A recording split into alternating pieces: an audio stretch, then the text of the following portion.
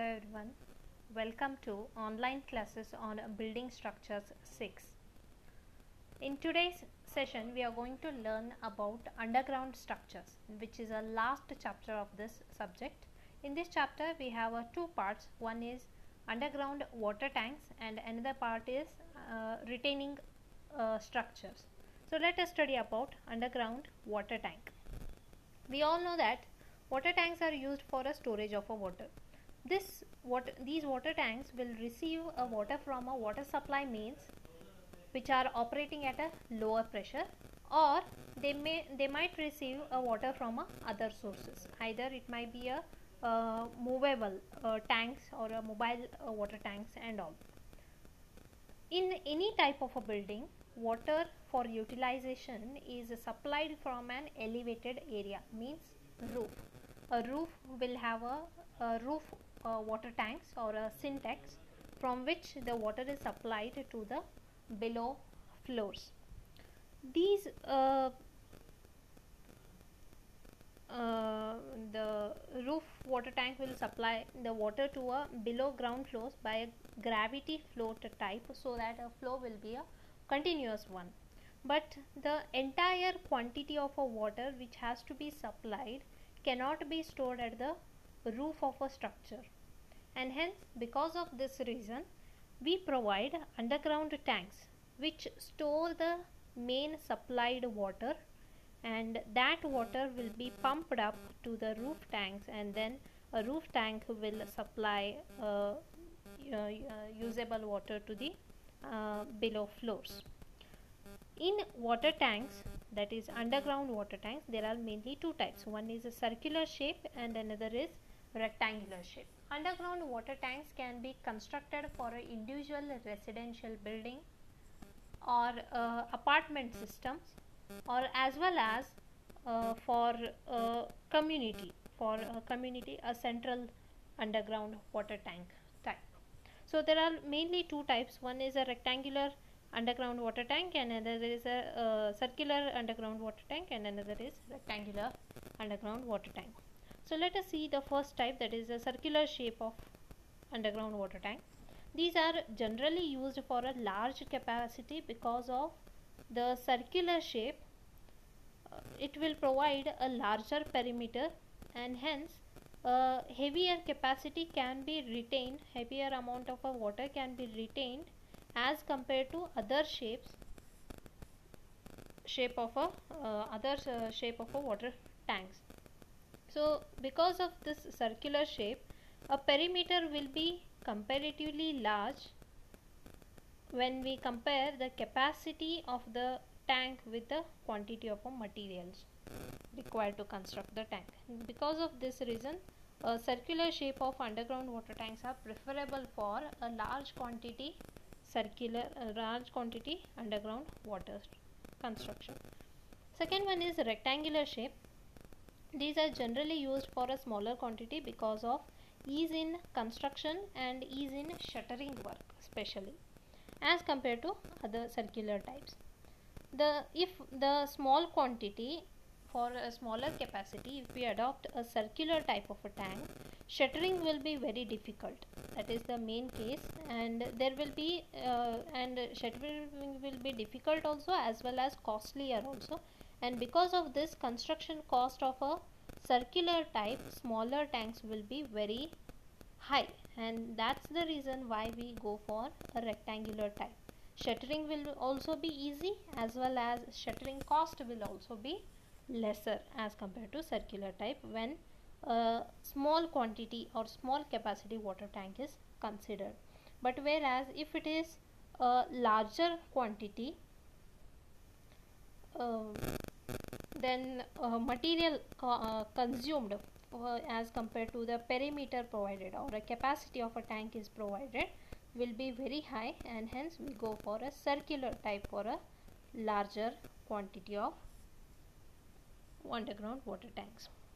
Let us know what are the main components of a water tank. There are mainly three components. One is walls of the tank, which is a surrounding wall of a water or a tank is made up of. If it is a rectangular type, there will be two long walls and two short walls on both the sides.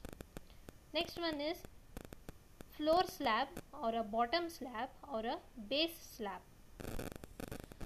This is a bottommost part of a rectangular tank where the soil pressure from below will be acting. If there is a underground water table, or if the ground soil has a water content in it, then that water pressure will be applied to the floor slab or a base slab. Next part is roof slab or a cover slab, which is like a cap of a water tank. If we construct any superstructure over or above the water tank, then the structural load of that superstructure has to be considered on the roof slab or a cover slab. Let us study about forces acting on underground water tank. First one is earth pressure, that is horizontal earth pressure on the tank walls. So whenever we construct an underground water tank, the tank will be surrounded by earth or surrounded by a soil material on all five sides, that is left, right, front, back as well as bottom. So here the left, right, front and back side of the rectangular tank will be subjected with a lateral pressure or a horizontal pressure from the earth, and the bottom part will be subjected by uplift pressure or a uplift soil pressure from the earth. So whenever this lateral pressure will be acting, what happens is the water stored inside, say this is a underground water tank, there is a water stored in the inner side and there is a soil on the outer side. So water will apply a pressure on the tank walls from which is towards the wall, that is from this side to this side, wall side, whereas the soil apply the pressure from outer side to inner side, that is in the opposite direction, that is from left side to the right side. So these two forces are opposite in nature, that is soil pressure and inside stored water pressure will be opposite in nature. So whenever there is a water inside, there is a opposing force, hence the net effect of leftward force and rightward force will be comparatively lesser. If there is no stored water inside the tank, that is if the tank is empty, suppose whenever doing a maintenance work and all, the tank will be completely empty tank, and during that time there won't be any pressure which is acting from the inside to outside, and hence there will be only pressure which is acting from outside to inside, that is a soil pressure. So the net effect of this pressure will be comparatively high because there is no opposing force for that, and because of this will be the critical condition where the tank walls may fail. So this active earth pressure varies triangular in shape along the depth of the tank wall, and it depends upon condition of a side fill or a back fill. So suppose there is a side filling or a soil filling, and we have a depth of a wall, depth of a tank like this, then the pressure will be least at the top and maximum at the base, and this variation will be in a triangular manner. Active earth pressure in the sense when earth pressure is acting towards the wall. If the earth pressure is acting away from the wall, then it is called as a passive earth pressure, and in most of the cases it will be active earth pressure. So here let us start with the case 1, when a soil pressure of a dry, moist, cohesionless backfill on an empty water tank wall, that is when this active earth pressure intensity differs based upon the condition of a soil which is surrounding the water tank. If the soil mass which is surrounding the water tank is a dry soil or a moist soil but cohesionless soil, then active earth pressure is given by PA is equal to Ka into gamma into H, where Ka is a coefficient of active earth pressure, which is given by 1 minus sin phi divided by 1 plus sin phi, where phi is angle of repose of a soil. Here gamma represents unit weight of a soil and H represents total height of the tank. Now this active earth pressure is the intensity of a pressure that is maximum, which is at the base. If I want active earth pressure anywhere in between the height of the wall, suppose I want a active earth pressure at this position, then what I will do is, instead of a H, I will adopt that depth of the wall. And this is the active earth pressure which is acting at the base of the wall. But the cumulative effect of this triangular shape of a variation, that is the active earth pressure which are acting towards this depth of the wall, can be calculated by calculating the area of the triangle, which can be given by base is K into gamma into H, height is H, and we know that triangular area is given by half into base into height. So half into K into gamma into H into height H, that is, therefore total active earth pressure will be this equation, and this total earth pressure will act at a distance of H by 3 from the base of the tank, and this is similar to how we calculate the CG of the triangle, right angled triangle. Case 2 is when a soil pressure due to a submerged weight of a soil, that is, whenever there is a soil on this side, this is the inside of a tank and this is the outside of a tank, and there is a soil on this side, but also that there is a water table at the ground level. It means this soil is completely saturated type or a completely waterlogged type.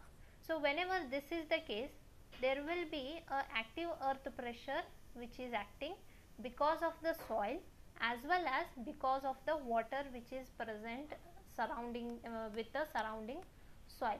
So here I can give active earth pressure as K into gamma into Z, where Z represents the depth at which I want a active earth pressure, plus gamma W into Z, which is pressure exerted by a water.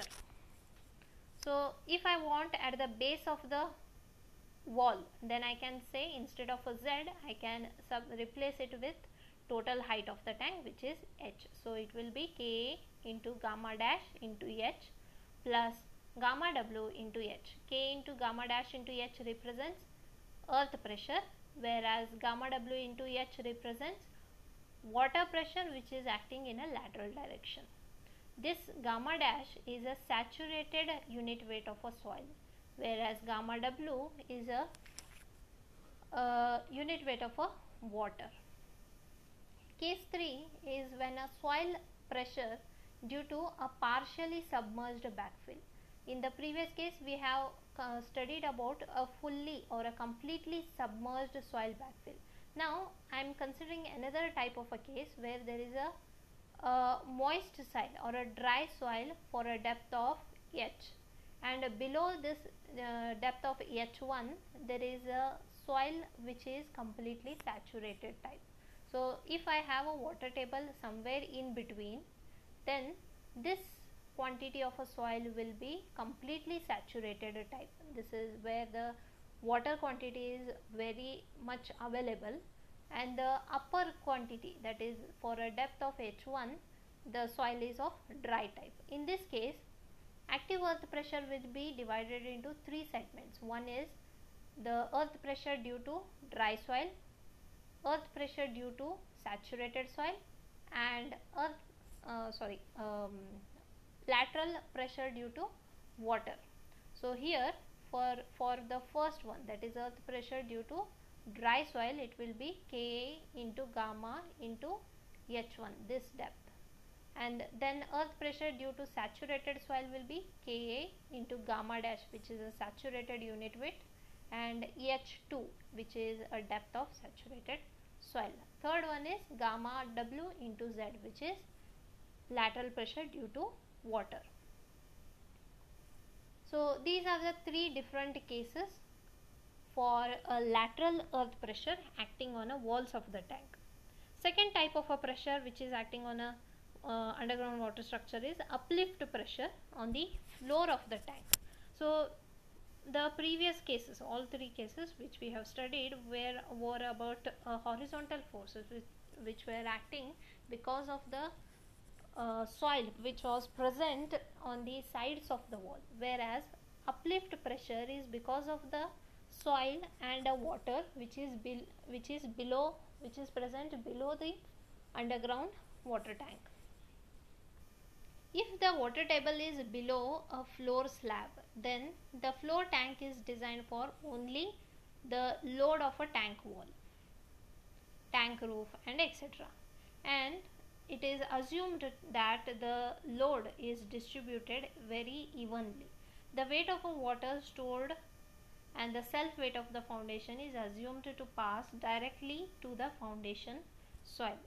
Whenever, suppose this is a water tank, if there is a water table which is well below this bottommost layer of the water tank, then I can assume that the wall can be designed only for the load of the water tank wall. Water tank can be designed only for the load of the tank wall, tank roof and the water which can be stored in the water tank and etc. And this can be assumed that the entire load of the water tank is distributed very evenly below the base or the base slab, and this weight, self weight of the foundation is assumed to pass directly to the foundation soil. Whereas in second case, when the groundwater table is water level is just slightly above the floor level in the tank, then there will be a uplift pressure which will be induced on the base of the water tank. Suppose if I take a groundwater table somewhere here, then there will be a uplift force from the bottom also which will try to lift up this entire tank wall above. So to reduce this uplift effect, that is this floating effect, what we do is, whenever the tank is empty, it should not float. So to achieve this, what we do is, we must design a tank in such a way that the total self weight of the tank and weight of the permanent construction such as a roof or any superstructure which is above the tank is more than the uplift float value. So if the downward force, which is a weight of a tank and a weight of a superstructure, is more, then the uplift force can be nullified. The floor of the tank is designed for uplift pressure for an empty tank condition only, because if the tank is full, suppose if I design a tank for a full condition, that is, if I design a tank in such a way that it has a full water all the time, then it means that I am applying a downward force all the time. But it is not the case that all the time the tank will be in a full condition. Whenever I empty the tank, the load of the water which is stored in the tank will be get reduced. So because of that, uplift pressure will have an effect on the slab. So because of that, we will design the tank for an empty condition.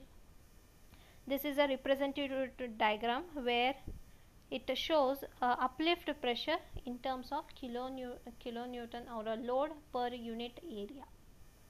Third one is imposed weight on a roof slab. The top slab of a tank is designed for a self weight as well as the imposed load or a live load. Whenever we provide a roof slab, suppose this is the figure of a tank, elevation of a tank, this is the roof slab of the tank. So if I construct this slab is designed, one is for its own self weight and this also depends upon the deflection of the slab, and the deflection criteria is same as a normal slab. So we design it for, one is for super self weight of the slab, it should not have a excessive deflection. Then also for a imposed load or a live load.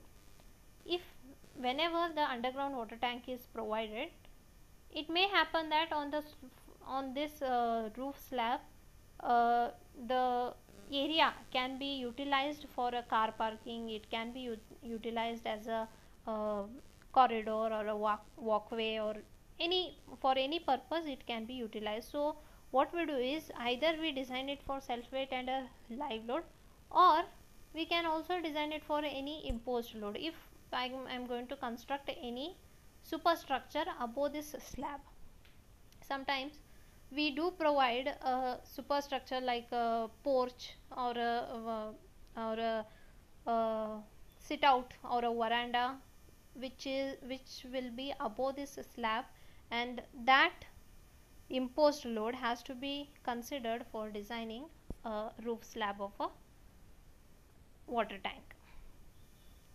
Let us study the detailed reinforcement details of a water tank. This is a water tank which is of a dimension 10 meter as a long wall into in dimension, 4 meter short wall into in dimension, and with a height of 3 meter into in, or a depth of 3 meter into in.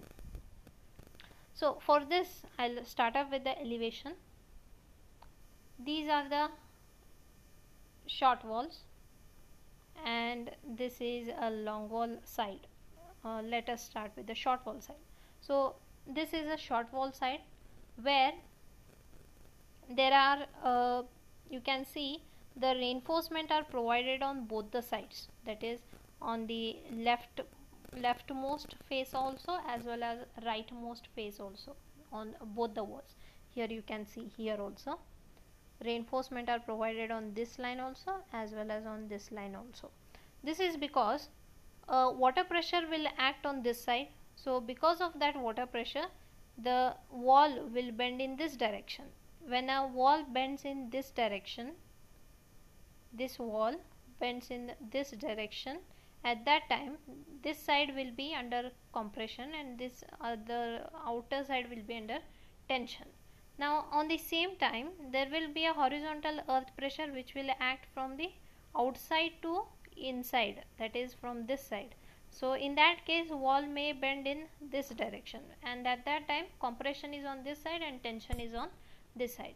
We provide a reinforcement wherever, main reinforcement wherever a tension side is occurring. Since there is a possibility that a tension side occur on this side also as well as on this side also, we evenly distribute the reinforcement on both the sides on all four walls. And the main reinforcement and distribution reinforcement on both sides, on all four walls, will be like this. Wherever there is a junction of two walls, there will be a interlocking of the reinforcement so that joints are not filled. You can see this figure, this junction. Next one is the interlocking of a reinforcement of a walls into the base slab. So the outer reinforcement, outside reinforcement layer, this layer will go down and it will be embedded into the base layer. Similarly this layer will go down and it will be embedded on the other side. On the same way there will be a bottom slab reinforcement which will be evenly distributed on top as well as at the bottom, because here also when there is a water inside this tank, the load will be acting downward. When the downward load acts, the slab will deflect in this direction. When this deflect in a sagging way, there will be a compression on the upper layer and tension on the bottom layer. But when a uplift force, that is from the force from bottom, acts like this, there will be a deflection in a hogging way, and because of that there will be a compression at the bottom and tension at the top. So this slab, bottom slab, can also undergo both the forces, that is compression and tension, on both phases. So because of this, in this slab also we evenly distribute the reinforcement. You can see here 16 mm dia at 180, 8 mm dia at 130, 8 mm dia at 130, 12 mm dia at 120. You can also observe that the 12 mm dia at 120 are bottom phase, whereas 16 mm dia at 180 are top phase. It means uplift pressure is comparatively more than the downward self weight and imposed load. So this slab is predominant in uplift pressure, and because of tackling that uplift pressure, they are providing a more reinforcement on the top side. Next comes to the top reinforcement, top slab reinforcement, or a roof slab reinforcement. So on this roof slab there won't be any uplift pressure. So this slab is generally designed as a normal slab, which is subjected for a downward load. So when I act a load in this direction, that is from upper to downward load, it may be a self weight, it may be imposed load, or any type of a load which is acting from top to bottom, a slab will deflect in this manner. And since there are a support on this side, there will be a hogging on this side, and at the mid span there will be a sagging. Because of that, I am providing a main bars at the bottom, I am providing a main bars at the top near the support, and at the bottom at the mid span, and all distribution bars are evenly distributed on both the sides.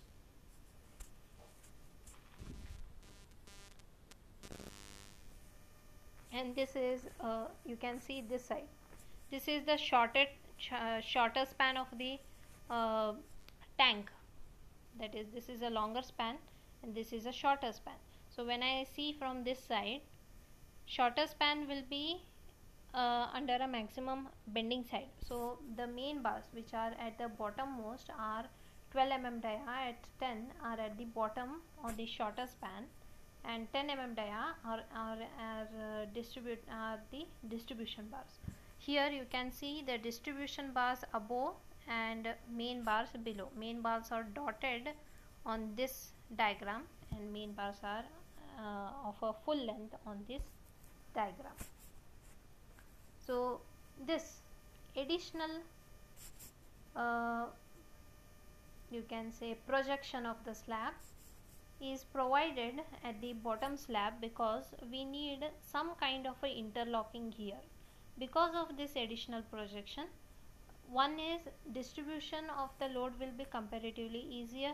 Second one is there won't be any corner damage at the water tank. If I could have provided, if I had provided a complete rectangular type, then there might have a chance that a corners will get damaged, and because of that I am providing this projection. Another thing is, whenever there is a uplift pressure which is predominant in nature, because of this projection there might be some kind of a repose which is acting because of the side fill, which will act a downward soil load or a backfill load, and that will create a opposing action to the uplift pressure, and hence the uplift pressure can be reduced.